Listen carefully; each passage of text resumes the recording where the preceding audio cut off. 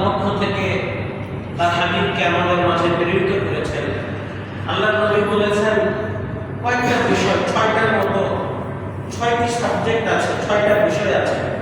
আল্লাহ নবী বলেন এই 6টা বিষয়ের উম্মত তোমরা আমাকে জামানত দাও। জামানত মানে বুঝেন তো, জামানত দাঁড়ি করা, হেফাজতে দেওয়া।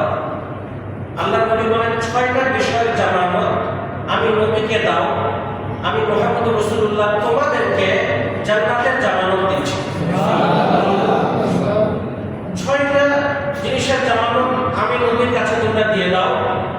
আমি নবীর জবানের কথা আল্লাহ রাসূল বলেন আমি তোমাদেরকে জান্নাতের জামিনদার, আমি নবী হব। সুবহানাল্লাহ। আল্লাহ নবী নিজে হবেন জান্নাতের জামিনদার উম্মতের। এই 6টা বিষয় আল্লাহ নবী বলেছেন। সত্য হলো কি, কখন হবেন? আল্লাহ নবী বলেছেন আগে ওই 6টা বিষয়ের জামানত তোমরা আমি নবীর হাতে দাও। এই 6টা ফেল নিজের মধ্যে পয়দা করো, তখন আমি নবী তোমার জামিনদার হব জান্নাতের জন্য। কেন?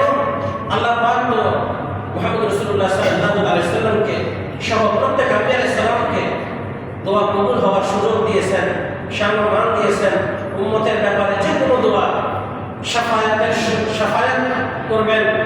তাহলে আমরা যদি 6টা বিষয়ের জামিনদার নবীর কাছে দিই জামানত, আল্লাহ নবী অবশ্যই পৃথিবীর সকল মানুষকে যদি এক জায়গায় করেন, হাদিসে পাকের আল্লাহ নবীর জবানে এই কুদরত আছে, এই মর্তবা আছে যে পৃথিবীর সমস্ত যত বড় বুজুর্গ হোক, যত বড় পণ্ডিত হোক, যত বড় জান্নাতওয়ালা হোক, যত বড় আবেদ হোক, যত বড় আলেম হোক, সব মানুষকে পৃথিবীর যদি এক জায়গায় করে, তাদের মুখের কথা তো মিথ্যা হতে পারে, কিন্তু আল্লাহর নবীর জবানের কথা কখনো মিথ্যা হবে না। কেন? 40 বছর যাবত ধরে কাফের, মুশরিক, ইহুদি, বেঈমান এরা পর্যন্ত আল্লাহর নবীকে বলে ইনি আল-আমিন, ইনি সত্যবাদী। সুবহানাল্লাহ। নবীর সিরাত দেখেন, সিরাতুল নবী, নবীর যদি জীবনী দেখতে যান, সিরাত দেখতে যান, নবুয়তের ঘোষণা তো হলো 40 বছরের পরে, তাই না? 40 বছরের পরে বললেন খানায়ে কাবায় লা ইলাহা ইল্লাল্লাহ মুহাম্মাদুর রাসূলুল্লাহ। 40 বছরের পরে ঘোষণা দিলেন, কিন্তু 40 বছর যাবত কাফের মুসলমান কি বলেন? ভাই ভাই না। মুসলমান যদি ভাই হয়, তাহলে কাফের কি হবে? হ্যাঁ, মুসলমান যদি ভাই হয়, তাহলে ইহুদি কি হবে? তাহলে ভাই হবে। ওরা আল্লাহ নবীর সহকরণে আয়াত রয়েছে ইহুদি নাসারা কোনোদিন এরা মুসলমানের বন্ধু হবে না। এটা আল্লাহ ঘোষণা দিয়ে দিয়েছেন, কখনো হবে না। ইহুদি নাসারা এরা মুসলমানের বন্ধু কখনো হবে না। তো কাফের যদি ভাই হয় আর মুসলমান যদি ভাই হয়, তাহলে আল্লাহর নবীর 40 বছর দুনিয়াতে হবার আগের কথা। এমন না যে নবী ঘোষণার পরে, তার আগে একজন কাফের আরেকজন কাফেরের কাছে কোন জিনিস আমানত রাখা নিরাপদ মনে করতো না। কাফের সে নিরাপদ মনে করতো না যে আমার কোনো জিনিস, আমার কোনো সম্পদ আরেক কাফেরের কাছে রাখবো, আরেক মুশরিকের কাছে রাখবো। একই ভাই তারা, কিন্তু নিরাপদ মনে করতো না আল্লাহর নবীর কাছে রাখাটা নিরাপদ মনে করতো। একজন কাফের আরেকজন কাফেরকে বিশ্বাস করতো না, যে না জানি তার মুখের কথা মিথ্যাও হতে পারে, মেরেও ফেলতে পারে, হামলাও করতে পারে, কিন্তু আল্লাহর নবী যদি কখনো কোনো ব্যাপারে ফয়সালা দিয়েছেন, সকল মক্কার লোকেরা, সকল ধর্মের লোকেরা এক বাক্যে মেনে নিয়েছে ইনি সত্যবাদী, এনার মধ্যে মিথ্যা হয় না। ইনি যখন বলেছেন তাহলে আমরা নিরাপত্তা লাভ করবো। এই বৈশিষ্ট্য আল্লাহর নবীর। যখন নবুয়তের ঘোষণা হয় নাই, তখনও লোকেরা জানতো ইনি আল-আমিন। তাহলে আসুন আমরা উম্মত হিসেবে আল্লাহ নবী সাল্লাল্লাহু আলাইহি ওয়াসাল্লাম যেই 6টি বিষয় আমাদের কাছে আমানত চেয়েছেন, জামানত চেয়েছেন, সেই নবুয়তের জবানে তিনি বলেছেন উম্মতেরা আমি তোমাদের জন্য জান্নাতের জামিনদার হব। আল-উবাদা ইবনে সামিত রাদিয়াল্লাহু তাআলা قال رسول الله صلى الله عليه وسلم اضمنوا لي ست من انفسكم اضمن لكم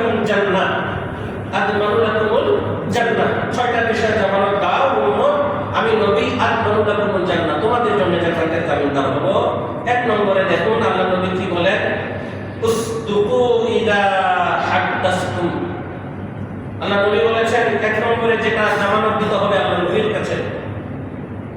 উসদুকু ইযা হাদাসতুম, যখন তোমরা কথা বলবে সত্য কথা বলবে। এক নম্বর, যখন কথা বলবে সত্য কথা বলবে। আমরা এটার উপরে জানি না পুরোপুরি আমল করতে পারছি কিনা। মিথ্যা সকল পাপের মূল। আপনি যে অপরাধী করেন না কেন, দেখবেন সব পৃথিবীর অপরাধ আপনি তালাশ করে দেখেন, ওর মধ্যে কোথাও না কোথাও মিথ্যা জড়িত আছে।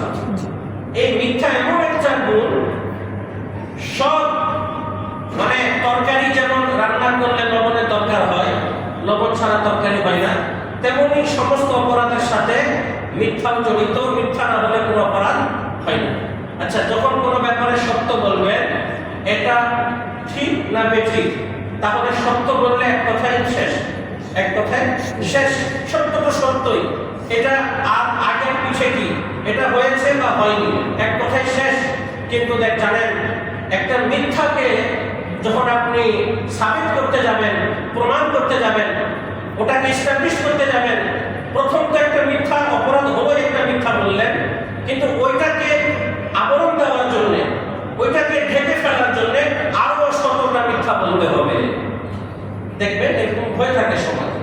একটা মিথ্যাকে যখন আপনি ওটাকে রক্ষা করতে চাবেন, ওটার পিছনে আরো শতটা যুক্তি, আরো শতটা মিথ্যা। আল্লাহ রাসূল সাল্লাল্লাহু আলাইহি ওয়াসাল্লাম বলেছেন, যখন উসদুকু ইযা হাদাসতুম, যখন তোমরা কথা বলবে তখন সত্য কথা বলবে। এরকম সাহাবায়ে কেরামদের জীবনীতে যদি দেখেন, অসংখ্য আমরা যারা আল্লাহর নেক বান্দাদেরকে বিশ্বাস করি, আল্লাহর নবীদেরকে বিশ্বাস করি, ওনাদের জীবনী যদি দেখেন, এটাই শিক্ষা দিয়েছেন। সামনে ডাকাত দাঁড়ানো রয়েছে, ডাকাত সামনে আছে, জানেন যে বললে তো আমার এই মোহরগুলা, এই দিনারগুলা, দিরহামগুলা নিয়ে চলে যাবে। শেখ আব্দুল কাদের জিলানী, বেশি কোনো বয়স হয় নাই, অল্প বয়স, মা দিয়েছেন অর্থ, উনি জামায় রেখেছেন, সামনে ডাকাত পড়েছে, তারপরও তিনি সত্য কথা বলে দিয়েছেন। কেন? ওনারা তো মানুষকে মিথ্যা শিক্ষা দিতে আসেন নাই। সত্য বলে লাভ না হয়েছে না লস হয়েছে? সত্য বলাতে কি লাভ হয়েছে? ওই অর্থকে আত্মসাৎ করতে পেরেছে। সত্য আব্দুল কাদের জিলানী বলার কারণে ওই ডাকাতরা কলমা পড়ে মুসলমান হয়ে গিয়েছে, লাভ হয়েছে, তারা মুসলিম হয়ে গেছে, ঈমান এনেছে, সত্য দ্বীনের উপরে তারা এসেছে। এই জন্য কখনো আল্লাহ নবী যেহেতু বলেছেন এটার উপরে ঈমান রাখবেন, কখনো আপনার সাময়িক হয়তো আপনি একটু বেকায়দায় করতে পারেন, সাময়িক পরিস্থিতি আপনার অনুকূলে হতে পারে, কিন্তু আপনি ঠকবেন না, আমরা ঠকবো না। সত্য কথা বললে এটা আল্লাহ নবী সাল্লাল্লাহু আলাইহি ওয়াসাল্লাম থেকে অসংখ্য হাদিসের মধ্যে আরো বলা হয়েছে, সত্য মানুষকে মুক্তি দেয় আর মিথ্যা মানুষকে ধ্বংস করে।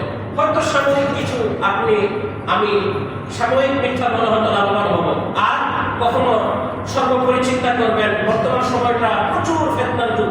এই কথাটা কেন বললাম? যে এখন মানুষ খুব কম চিন্তা করে যে আল্লাহ এবং আল্লাহর রাসূল খুশি হবে কোনটাতে, আল্লাহ এবং আল্লাহর রাসূল কোন কথায় খুশি হবে। এখন মানুষ মানুষকে খুশি করার জন্য বেশি ব্যস্ত। আল্লাহ রাসূল নারাজ হচ্ছে হোক, এটা শরীয়তের বরখলাফ হচ্ছে হোক, কুফরি হয়ে যাচ্ছে হোক, কিন্তু না, ব্যক্তিকে খুশি করতে হবে। কেন? ওই বস, ওই ব্যক্তি, ওই পাওয়ারফুল মানুষ, সে যদি খুশি হয়, আমার অর্থের অভাব হবে না, সম্মানের অভাব হবে না। তো অর্থ তোমার হাতে, আমার সম্মান তোমার হাতে। আল্লাহ পাক বলেছেন, ওয়া তুইজ্জু মান তাশা ওয়া তুযিল্লু মান তাশা বিয়াদিকাল খায়র। দুনিয়ার সব মানুষ তোমরা মিলে কাউকে ইজ্জত দিতে পারবে না, দুনিয়ার সকলে মিলে কাউকে বেইজ্জত করতে পারবে না। আল্লাহর কুদরতি হাতে আল্লাহ নিয়ে নিয়েছে। সুবহানাল্লাহ। কোরআন পড়েন না, বাচ্চাদেরকে শিখান, তেলাওয়াত করেন, কোরআনের আয়াতগুলো শিখান। আল্লাহ পাক কি বলেছেন? তুমি চাইলে কাকে তুমি ইজ্জত দিবা, আর তুমি কাকে চাইলে ইজ্জত করবা, তোমাকে তো সেটা দেওয়াই হয় নাই। তাহলে এই আয়াত আল্লাহ কেন বললেন ওয়া তুইজ্জু মান তাশা ওয়া তুযিল্লু মান তাশা? সমস্ত ইজ্জত আল্লাহর হাতে, সমস্ত বেইজ্জতির অধিকার তার হাতে। যাকে ইচ্ছা তিনি ইজ্জত দান করেন, যাকে ইচ্ছা বেইজ্জত করেন। আপনি এটা চিন্তা করবেন না যে কে খুশি হলো কে বেজার হলো। আপনি দুনিয়ার লোককে খুশি করে চলে গেলেন, সেখানে কি বলা হবে যখন তোমার রবকে তোমার দিনকে? সেদিন না কোনো বস আসবে কবরে, আর না কোনো অফিসার থাকবে কবরে। সেদিন আল্লাহ আল্লাহ রসুলের মুখোমুখি আমাদেরকে হইতে হবে। এই জন্য ব্যক্তিকে খুশি করতে যে আল্লাহ আল্লাহ রসুলের দিনের বাইরে যাওয়া যাবে। আল্লাহ নবী সাল্লাল্লাহু আলাইহি ওয়াসাল্লাম এক নম্বরে বলেছে উসতুকু ইযা হাদাসতুম, যখন কথা বলবে সত্য কথা বলবে। এটার উপরে বাহাস করলে দুই এক জুম্মা এমনি পার হয়ে যাবে একটা বিষয়ের উপরে। আমরা সামনের দিকে দ্বিতীয় নম্বরে আল্লাহ নবী বলেন ওয়া আউফু ইযা ওয়া'আদতুম, ওয়া আউফু ইযা ওয়া'আদতুম, যখন তোমরা কারোর সাথে কোনো ব্যাপার ওয়াদা করবে তখন সেটা পূর্ণ করবে। কথাগুলো ছয়টা বিষয় মনে রাখতে হবে আমাদের। এক নম্বরে কি বলেছেন? যখন কথা বলবে সত্য বলবে। ওয়া'ফু ইযা ওয়া'আদতুম। দ্বিতীয় নম্বরে বলেছেন আল্লাহর নবী যখন কোনো ব্যাপারে ওয়াদা করবে সেই ওয়াদাটা পূর্ণ করবে। এই এখান থেকে হয়তো বের হয়ে এক ভাইয়ের সাথে দেখা হলো জুমার পরে। ভাই বললেন যে হুজুর আজকে আসরের পরে আমার এখানে একটু আসেন, কি আজকে রাত্রে কি মাগরিবের পরে আমার বাসায় একটু আসেন, আপনার দাওয়াত দিচ্ছি, আমি দাওয়াত দিলাম। তো হ্যাঁ হ্যাঁ আসবো, ইনশাআল্লাহ আসবো। আমি যিনি দাওয়াত দিচ্ছে ওনার সামনে বলছি কি ইনশাআল্লাহ আসবো মুখে, ওখানে আমার মন বলছে আমি তো যাবই না, ইনশাআল্লাহ বলতে হবে কি? এরকম হয় না? না হয়? হ্যাঁ, কেন আপনি মিথ্যা ধোঁকা দিয়ে লাভ কি? আপনি না যাবেন, স্পষ্ট মুখের সামনে বলেন ভাই আমি যেতে পারবো না, আমার কাজ আছে, অমুক আছে তমুক আছে। কিন্তু আপনি ওয়াদা করলেন ভাই টাকাটা কবে দিবেন? বলে আমি 20 তারিখে দিয়ে দিব। তো কোন 20 তারিখে দিবেন? বলে ভাই প্রতি মাসে তো 20 তারিখ এসেই থাকে। 20 তারিখ প্রতি মাসে তো হয় না, কি না হয় না? তাহলে প্রতি মাসে 20 তারিখ বলে লাভ আছে? জানুয়ারি ফেব্রুয়ারি একটা তো বলতে হবে, সামনের মাস কি আগের মাস। মানে টাকা কারো কাছ থেকে আপনি যদি ধার নেন তাকে হয়রানি করায়েন না। এই সমাজে এটা প্রচুর এই চিত্র দেখা যায়। কর্জে হাসানা, আল্লাহ পাক বলেছেন কর্জে হাসানা দাও। কর্জে হাসানা কখন হবে? যে আপনার নিয়ম ঠিক, দেনে বলার নিয়ম ঠিক, হ্যাঁ আমি এটা টাকাটা নিচ্ছি, আমি এটা দান আমি সময় মতো দিয়ে দিব। আপনি যদি তাও না করেন, আপনি সময় নেন, আপনি বলেন, আপনি ওয়াদা করেন। এখনো রয়েছে যে ভাই টাকা দিব, তো দেওয়া তো দূরে থাক, ওই রাস্তা থেকে বের হলে মনে হয় এই নিয়ম করে ওই ব্যক্তি যেন সামনে না পড়ে, নাহলে তো কানাদার চেয়ে বসবে। আপনি বেশি দিন লাগবে, আপনি বেশি দিনটাই বলেন। আপনি কেন শুধু এই ভাই দিব, এই দিচ্ছি, এই করছি, সেই করছি? শুনেন, আপনি আমি এই যে মসজিদে ঢুকেছি সত্য কথা বলবেন। এই মসজিদ থেকে বের হতে পারবো কিনা এটা গ্যারান্টি কেউ দিবেন না। এমন কেউ বাহাদুর থাকলে বলেন যে আমি এই দাবি করি, এর মধ্যে আমার মত হতে পারে না, আমি এখান থেকে মসজিদ থেকে বের হতে পারবো জুম্মা পড়ে, এই দাবি কারো যদি থাকে বলেন। তো এই জীবন ইচ্ছি করছেন, এরপরে ইন্তেকাল হয়ে যাবে, কোন সময় জানি সন্তানরা যে বলবে, ওনার যদি কারো কাছে দেনা পাওনা থাকলে সন্তানদের সাথে যোগাযোগ করবেন। আর সন্তানদের সাথে যোগাযোগ করবে, সন্তান কখন দিবে কখন না দিবে, কি করবে না করবে। আর কারো যদি সন্তানও না থাকে তাহলে কে দিবে? এমন আছে না নাই? তো এই জন্য এইরকম হয়রানিমূলক আল্লাহ নবী বলেছেন কখনো যদি কারো কাছ থেকে সব থেকে অপ্রিয় বিষয় আল্লাহ নবীর কাছে। এই জন্য এই 6টা মৌলিক বিষয় আপনাকে জান্নাতের জামিনদার কি আল্লাহ কেমনি দিয়ে দিবে আল্লাহ নবী। জান্নাত কি এত সস্তা জায়গা বলেন, এত নিয়ামতের জায়গা। 6টা বিষয় জামানত আপনি আল্লাহ নবীর কাছে সবচেয়ে প্রিয় বিষয়। এই ওয়াদা খেলাফি, ওয়াদা করে আপনি ওয়াদা করেন না, আপনি বলেন আমি চেষ্টা করব। কথাটা বুঝেন, কোনো ব্যাপারে যদি আপনার সন্দেহ হয় আপনি কি বলবেন? আমি চেষ্টা করব। 2টা বিষয়, এগুলো কেন বলছি? গতানুগতিক ওয়াজ করার উদ্দেশ্য না। জুমার মসজিদ, জুমার আলোচনা হচ্ছে আমাদের ইসলাহের জন্য, আমাদের সংশোধনের জন্য। আর 2টা বিষয় সমাজে খুবই কঠিন হয়ে গেছে। কি? ওই কথা বলতে বলতে কসম, কথা বলতে বলতে কসম, এই কসম বন্ধু বান্ধবের মধ্যে কসম, কসম করে বলছি এটা হবে, এটা দিব, এটা করবোই। একটা কসম আর একটা হলো ওয়াদা। এত সস্তা হয়ে গেছে সমাজে। চায়ের দোকানে বসে কসম করে আর চায়ের দোকানে বসে ওয়াদা করে। তো এই বিষয়গুলো সতর্ক হতে হবে বাবারা। যুবক ছেলেরা, আপনারা কোথায় কোথায় কসম করবেন না, এটা অনেক দামি জিনিস, এবং আল্লাহর নামে কারোর নামে কসম করবেন না। এই জন্যে যদি কোনো ব্যাপারে সন্দেহ থাকে কি বলবেন, যে ভাই আমি চেষ্টা করব, আমি চেষ্টা করব, চেষ্টা করব বলে ওয়াদা হলো না। মাসালা বুঝাতে পারছি? যদি কোনো ব্যাপারে বলেন যে আমি চেষ্টা করব, তাহলে ওয়াদা হলো না। আর যদি বলে যে আমি ওয়াদাই করলাম, তাহলে কিন্তু ওয়াদাই হয়ে গেল। সন্দেহ থাকলে বলবেন চেষ্টা করব, আর যদি বিশ্বাস থাকে তাহলে বলবেন ওয়াদা করলাম। কিন্তু আল্লাহ নবী বলেছেন ওয়াফু ইদা ওয়া'তুম, যখন ওয়াদা করবে তখন সে ওয়াদাটা পূরণ করবে।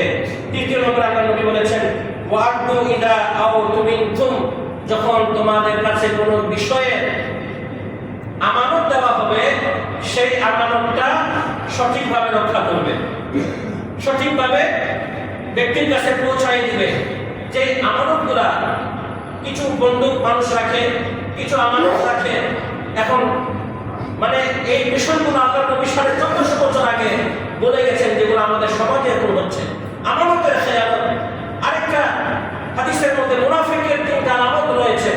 তার মধ্যে একটা আলামত হচ্ছে যখন সে ওয়াদা করবে, ওয়াদা ভঙ্গ করবে, আমানত যখন দেওয়া হবে সেই আমানতের খেয়ানত করবে।